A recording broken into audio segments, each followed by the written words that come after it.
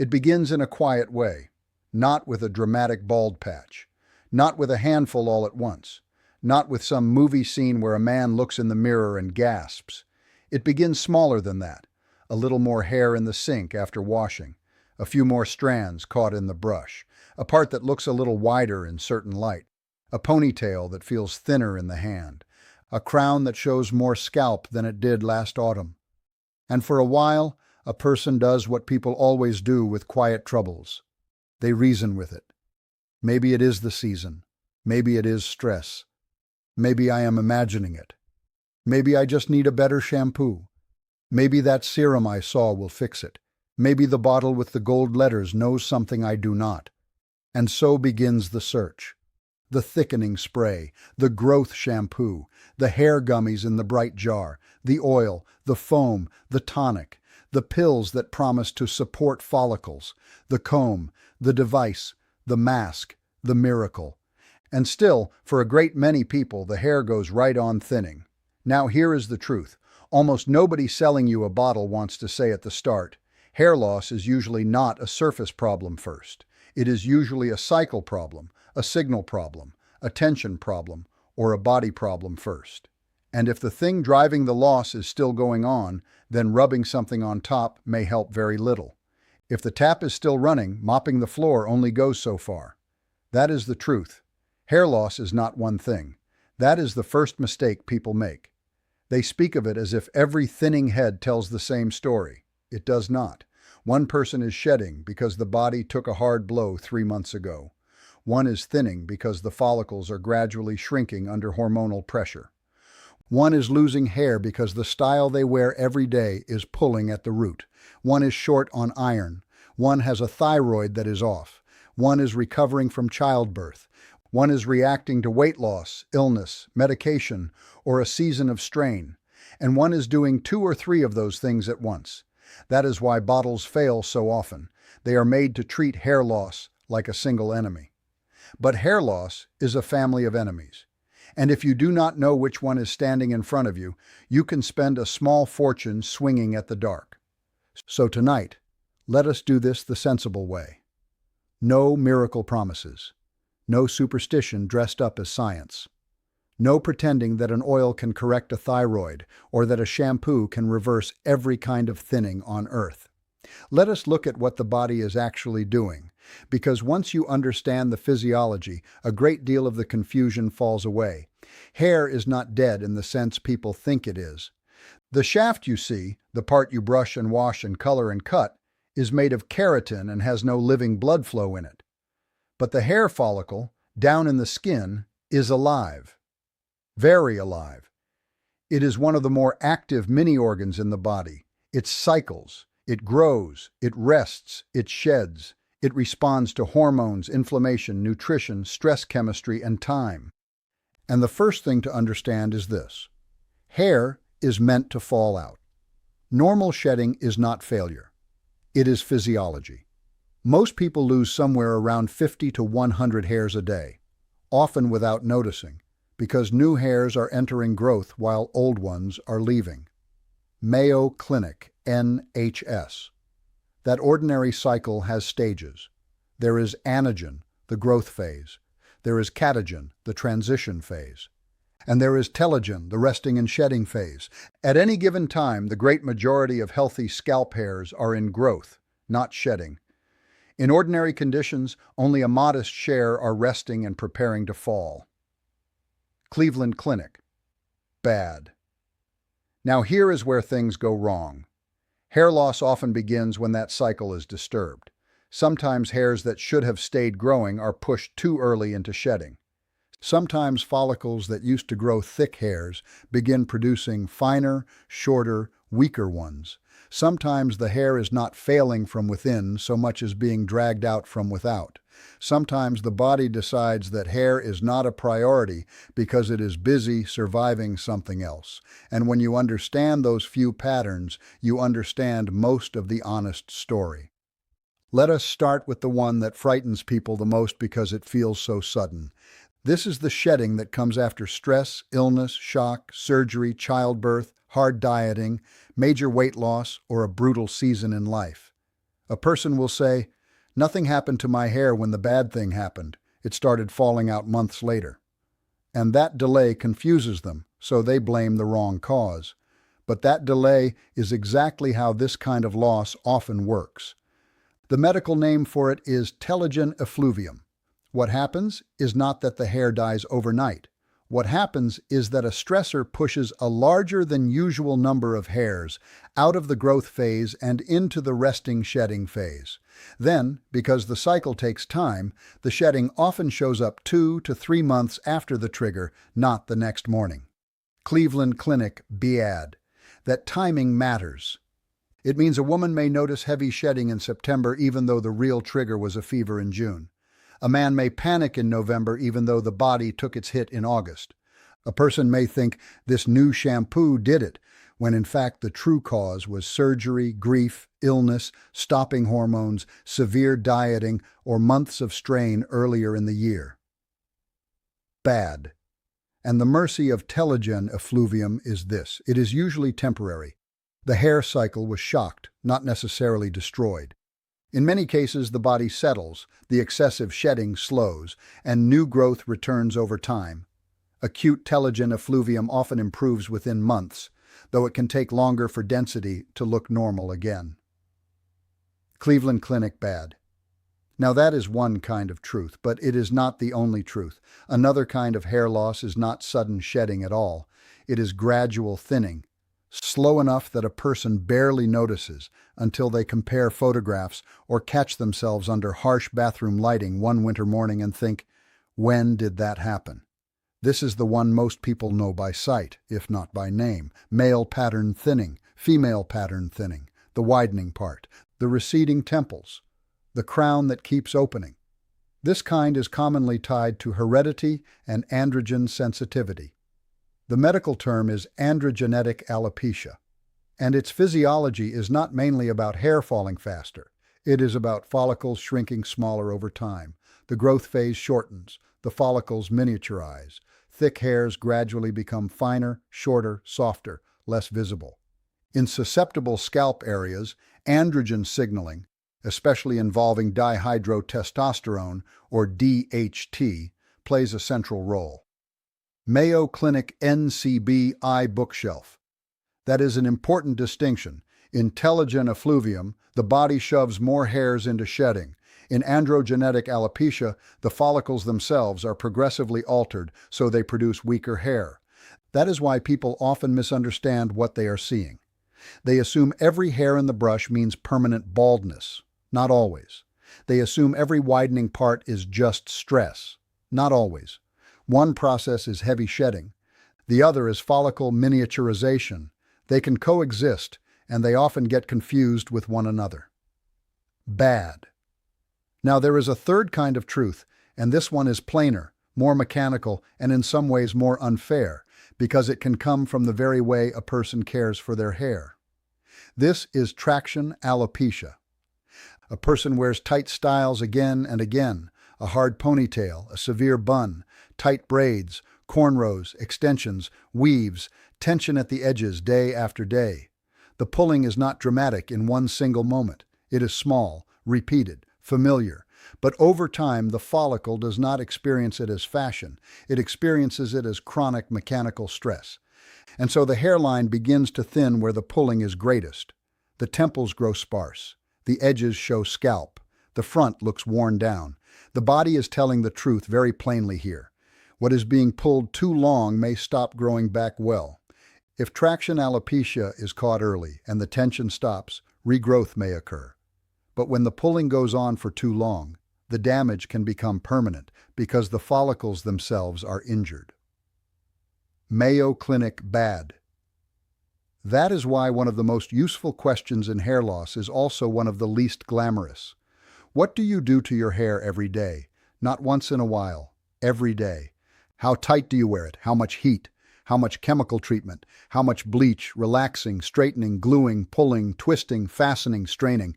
Because sometimes the cause is not hidden in the blood. Sometimes it is right there in the mirror. And then there is the inside of the body. This is where people either go too mystical or too dismissive. Hair is not the most essential tissue in a crisis. Your body knows that. If resources are low, the body will favor what keeps you alive over what keeps your part thick. So when nutrition is poor, intake is restricted, illness is severe, or the blood is short on what it needs, hair often gets less of the bargain. That does not mean every person with shedding has a deficiency, but it does mean the body can reveal shortages through the hair. Iron deficiency is one example people should take seriously, especially when other symptoms are present. Hair loss can be one sign among others such as fatigue, breathlessness, paleness, palpitations, or low energy. And if iron deficiency anemia is the problem, that is not a home remedy issue first. That is something worth checking properly, because the body is telling a larger story than vanity alone. NHS. The same is true of the thyroid. Thyroid hormones help regulate growth and metabolism in tissues throughout the body, and hair follicles are not exempt. Thyroid dysfunction can be linked with diffuse hair shedding and changes in hair texture. Dry, brittle, coarse, slow-growing in hypothyroidism, or fine and diffuse in hyperthyroidism. Mayo Clinic PMC. Now I want to pause there and be careful, because this is where people online get reckless. Not all hair loss is iron, not all hair loss is thyroid, not all hair loss is DHT, not all hair loss is stress. But many people go wrong by skipping the detective work and rushing straight to the potion. And if the cause is medical, the potion is not where the real answer lives. That is the part that deserves to be said slowly. If your hair is thinning and you also feel exhausted, lightheaded, unusually cold, short of breath, or your body has otherwise changed, then the wise move is not to order 3 oils and hope. The wise move is to ask what your body may be trying to report. Because hair is not only a cosmetic thread, sometimes it is a messenger. Now, once we have said all that, I want to say something that is equally important in the other direction. Not every bottle is worthless. Not every topical is foolish. Not every ritual is false. But the honest role of a remedy depends on what kind of loss you are dealing with. If the follicles are being miniaturized by androgen sensitivity, that is one physiology. If the body was shocked into excessive shedding, that is another. If your edges are under constant tension, that is another. If your iron is low, that is another. So the first duty is not buying. The first duty is naming. What kind of problem is this? Once you ask that, then good sense starts to enter the room. Now let me come to the part most people want, the what do I do part. There are really 2 layers to honest hair care. First, stop what is driving unnecessary loss. Second, support the scalp and the remaining hair in realistic ways. That order matters, because people want the second step without the first. They want to grow while still pulling, to thicken while still starving, to soothe while still shocking the cycle, to fix from the outside what the body is disrupting from the inside. So first, stop the obvious damage where you can. If the style is tight, loosen it. If the scalp is being tugged daily, end the tug. If the bleaching, relaxing, scorching, and repeated harsh treatment is breaking the hair and irritating the scalp, back off. If the shedding followed crash dieting or extreme weight loss, the body may need rebuilding, not gimmicks. If the trigger was stress or illness, understand the timeline before blaming the wrong thing. Bad. Then comes support. And here I want to be plain and a little stubborn on purpose. A good support routine should be judged less by how dramatic it sounds and more by whether it respects physiology. That means it should do some combination of these things. Protect the hair shaft, reduce unnecessary breakage, avoid irritating the scalp, avoid extra tension, and in some cases, use a topical with at least some evidence behind it. That last point matters because most natural hair growth talk is built on fog. But one home-leaning ingredient has actually been tested, and that is part of why it keeps coming up. That ingredient is rosemary oil. Now, I do not say that as a salesman, and I do not say it as if the matter is settled for all mankind. What the evidence shows is narrower and more honest than the internet makes it sound. In a randomized trial, people with androgenetic alopecia were assigned to either rosemary oil or 2% minoxidil for 6 months. At 3 months, there was no significant change in hair count in either group. At 6 months, both groups showed significant increase in hair count, and there was no significant difference between the groups on that measure. Scalp itching occurred in both groups but was more frequent with minoxidil. PubMed. That is an interesting result. Not because it proves rosemary is magic. It does not. But because it does something rarer than magic claims do. It survives contact with a study. And the study teaches several useful things. First, if you are going to talk honestly about topical support, rosemary oil deserves a place in the conversation more than most internet fads do. Second, it took months, not days. Third, it was not a miracle reversal. Fourth, one study is not the same thing as a mountain of proof. That is how serious people talk. So if someone wants a simple, sensible, lower drama support routine, a diluted rosemary oil scalp treatment is at least more defensible than the average miracle serum. Now let me say what the topical part can and cannot do. Topicals may help create a better scalp environment. Some may help support circulation or signaling locally.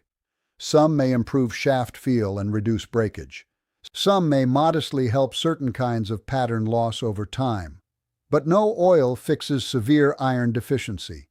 No scalp massage corrects thyroid disease. No conditioner outruns tight traction. No shampoo can talk a shocked hair cycle back into order overnight. That is where people lose their money, not in using support, but in asking support to do diagnosis's job. Now, about massage. Here again, the internet is either too cynical or too dramatic. Scalp massage is not a guaranteed hair loss cure, but there is limited evidence suggesting it may increase hair thickness in some contexts. In one small study, 9 healthy men performed standardized scalp massage for 4 minutes daily for 24 weeks, and hair thickness increased over time. That is a small study in a small population.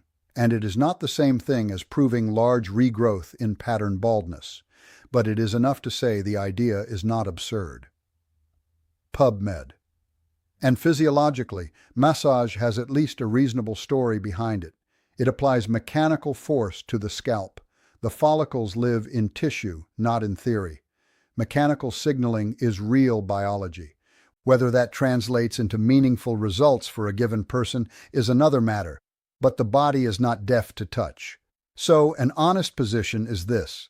A scalp massage routine may be worth doing as a low-risk support habit, especially if it helps a person be consistent with scalp care. But it should be framed as support, not salvation. That is the difference between wisdom and advertising. So if I were laying out a practical, attractive, no-nonsense routine for someone after they have asked the cause question first, it would sound something like this. Choose 1 or 2 days a week. Use a carrier oil if desired. Something simple and scalp tolerable. If using rosemary essential oil, dilute it properly rather than applying it neat. Work it into the scalp, not just the hair length. Massage gently, not aggressively. Do it consistently over months, not theatrically for 3 days. Wash out with a gentle cleanser if your scalp dislikes residue. And then wait long enough to tell the truth, because hair is slow. That may be the hardest physiology lesson of all. Skin can react in days. Digestion can change in hours. But hair works on a longer clock. That is why so many bad products survive. They promise in a time frame the follicle does not even use. If someone says you will know in 4 days, they are not talking to your biology. They are talking to your impatience. Now there's another thing worth saying that no glossy label likes to mention. Sometimes your goal should not be grow everything back. Sometimes your goal should be stop the needless damage, steady the cycle, preserve what is healthy, improve shaft quality, reduce breakage, and give the follicles the best conditions they can honestly use. That is not defeat. That is intelligent care. Because the body is not a machine you command. It is a living system you influence. And there is dignity in working with the body instead of trying to bully it with hope in a bottle. Now let me speak plainly to the men for a moment. A great many men do not notice hair loss until it is already well underway because pattern thinning is gradual and pride is stubborn. They wait until the crown is openly visible and then ask a shampoo to reverse 5 years of miniaturization. That is not fair to the shampoo, and it is not fair to the man. And let me speak plainly to the women as well. Women are too often told their hair loss is probably stress and sent on their way, even when the thinning is persistent, patterned, hormonally linked, postpartum, nutritional, or medically tangled. A widening part is not imaginary. A shrinking ponytail is not vanity. A woman knows the weight of her own hair in her own hand. So for both men and women, the same rule holds. Do not minimize what you are seeing. Do not dramatize it either. Investigate it. That is the adult thing to do. Ask, was there a trigger 2 or 3 months before the shedding started? Has there been illness, surgery, childbirth, weight loss, medication change, grief, stress, or hormonal upheaval? Is the thinning diffuse or is it patterned? Is the hairline under tension from styling? Are there other body symptoms suggesting iron or thyroid trouble? Is the scalp inflamed, itchy, painful, or scarred? That kind of questioning is worth more than 10 shelves of fantasy. And underneath all of it lies something almost boring, which is perhaps why no one can charge enough for it. The body grows hair with materials. Protein matters, iron matters, general nutrition matters, recovery matters, sleep matters.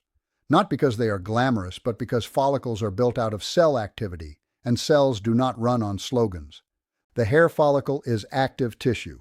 It needs energy, substrate, and orderly signaling. So while food is not a magical hair growth spell, poor nutrition and deficiency can absolutely make the terrain worse.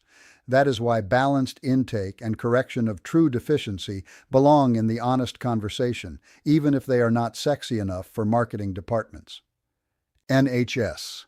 Bad. Now here is the part nobody makes a fortune telling you. There is little money in saying, stop the tension, check the iron, consider the thyroid. Think back 3 months. Be patient with the cycle. Use one evidence-touch topical if you like. Expect months, not days. Avoid unnecessary damage. Feed the body properly. And tell the truth about what kind of hair loss this is. There is not enough sparkle in that. Not enough panic. Not enough magic. So that advice sits quietly in the corner. And into that quiet rush, the miracle shelves. The bottle that promises regrowth. The bright label that says repair follicles. The supplement that acts as if a gummy understands endocrinology. The spray that speaks in percentages and before and after pictures taken under flattering light. The luxury shampoo sold as if bubbles can overpower hormones. The influencer who has never once asked what phase the hair is in, what triggered the shedding, what the blood work showed, or whether the hairline is being dragged backward every day. That is the real problem. Not that products exist, but that they are offered before understanding. And understanding must come first. So let me gather the whole thing into one plain truth. If you are losing hair, do not ask first, what should I buy? Ask first, what kind of hair loss is this? If it is sudden shedding after stress, illness, surgery, childbirth, or a body shock, think telogen effluvium and remember the delay. Cleveland Clinic bad. If it is gradual widening, crown thinning, or recession in a pattern, think hereditary pattern loss and follicle miniaturization. Mayo Clinic, NCBI bookshelf. If it is along the edges where the style pulls, think traction and stop the pulling before the follicles are lost. Bad. If it is paired with fatigue, paleness, or other symptoms, think about whether the body may be short on something and get it checked. NHSPMC. Then, and only then, choose support that fits the physiology. Maybe that means patience and recovery. Maybe that means medical treatment. Maybe that means changing how you style your hair. Maybe that means correcting a deficiency. Maybe that means rosemary oil used sensibly over months because at least it has some trial data behind it. PubMed. But whatever it means, let it be honest. Because honest care kept up over time, has more dignity than desperate care purchased in a panic. And perhaps that is the deepest truth about hair loss. It unsettles people not only because hair matters, but because it seems to steal something slowly and silently: identity, youth, control, familiarity. A person touches their own head and finds less of themselves there than they expected. That is why truth matters here. Not sales language, not false hope, not cruelty disguised as realism either. Just truth. Hair loss is common. Hair loss is varied. Hair loss is often more about physiology than people are told, and the body usually makes more sense than the marketplace does. So if you find more hair in the brush tomorrow morning, do not panic and do not dismiss it either. Put the detective hat on. Ask what changed. Ask what pulled. Ask what happened 3 months ago. Ask what your body may be short of. Ask whether this is shedding or miniaturization. Ask whether you are trying to grow while something is still actively causing loss. That question alone will save some people years of confusion, because the truth is not that hair loss is hopeless. And the truth is not that one bottle can save everybody. The truth is quieter than both. The truth is that hair follows biology. And biology, once understood, gives you a far better map than marketing ever will. So no, hair loss is not always what you think. It is not always age, not always stress, not always genetics, not always shampoo, not always one thing. Sometimes it is a cycle disturbed, sometimes a follicle shrinking, sometimes a root being pulled, sometimes a body under strain, sometimes a signal from deeper inside. Find that first, then care for the scalp, then support the hair, then give time enough for the body to answer, because a hair follicle does not read promises. It reads hormones, nutrients, tension, inflammation, stress, and time. And once you know that, you stop chasing magic. You start doing something better. You start dealing with the truth.